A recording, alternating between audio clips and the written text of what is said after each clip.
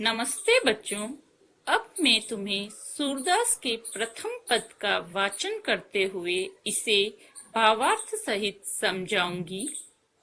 ऊधो तुम हो अति बड़ भागी, अपरस रहत स्नेह तगाते, नाहिन मन अनुरागी, पुर इन पात रहत जल भीतर, तारस देह न दागी, ज्यों जल माह तेल की गागरी, बूंद न ताको लागी, प्रीति नदी में पाँव न बोर्यो, दृष्टि न रूप परागी, सूरदास अबला हम भोरी, गुर चाटी ज्यों पागी।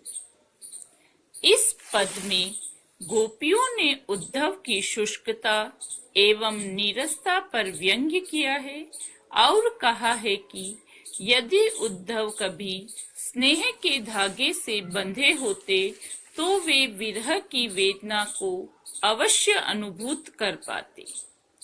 ऊधो तुम हो अति बड़ भागी। गोपियां उद्धव से कहती है कि हे उद्धव, तुम अत्यंत भाग्यशाली हो।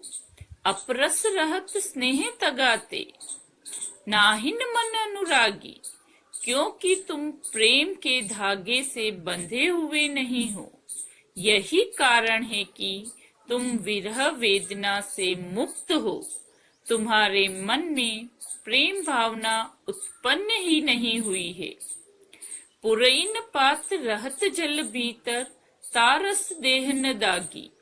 जिस प्रकार कमल का पत्ता जल में रहते हुए भी बेदाग है, उसी प्रकार तुम भी कृष्ण के प्रेम से दूर ही रहे, अर्थात कमल के पत्ते पर जल का कोई प्रभाव नहीं पड़ता है।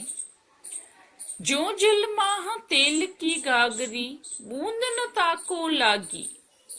जिस प्रकार तेल की मटकी को पानी में डाला जाए तो भी वो उससे अलग ही रहती है, अर्थात जैसे तेल की बूंद पानी में मिलती नहीं है, उसी प्रकार तुम भी प्रेम के सागर श्री कृष्ण के सानिध्य में रहते हुए भी उनके प्रेम के बंधन में नहीं बंधे हो। प्रीति नदी में पाँव न बोर्यो, दृष्टि न रूप परागी। हे उद्धव, तुमने तो अपना पैर प्रेम रूपी नदी में रखा ही नहीं है, अर्थात तुमने प्रेम रस का स्वाद अभी तक नहीं चखा है। तुम्हारे नेत्र कृष्ण सौंदर्य पर अनुरुक्त अर्थात मुग्ध ही नहीं हुए हैं। सूरदास अबला हम भोरी, गुर चाटी ज्यों पागी।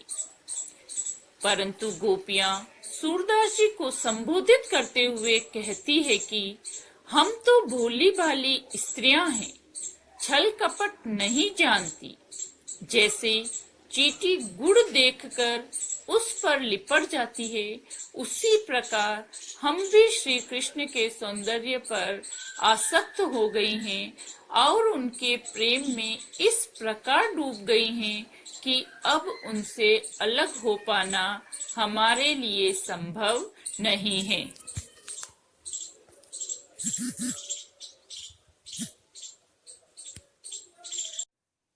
नमस्ते बच्चों। अब मैं सूरदास के दूसरे पद को भावार्थ सहित समझाऊंगी। इस पद में कृष्ण प्रेम के प्रति गोपियों की गहराई को अभिव्यक्त किया गया है। मन की मन ही मांझ रही। इस पद में गोपियां उद्धव से कहती है कि हमारे मन की बात मन में ही दबकर रह गई। हमारे मन में अनेक बातें थी जो हम श्री कृष्ण को बताना चाहती थी, परंतु कृष्ण के न आने से हमारे मन के भाव मन में ही दबकर रह गए हैं। कहिए जाए कौन पे ऊधो, ना ही परत कही। अब हम अपने मन के भाव किससे जाकर कहें? हमसे कुछ भी कहा नहीं जाता। अवधि आधार आस आवन की, तन मन बिथा सही। तक श्री कृष्ण के आने की आशा ही हमारे जीने का सहारा थी और उसी के सहारे हम तन मन की पीड़ा को सहन कर रही थी।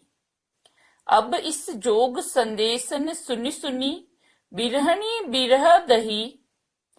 अब इस योग संदेश को सुन सुनकर हमारी विरह वेदना और अधिक बढ़ गई है।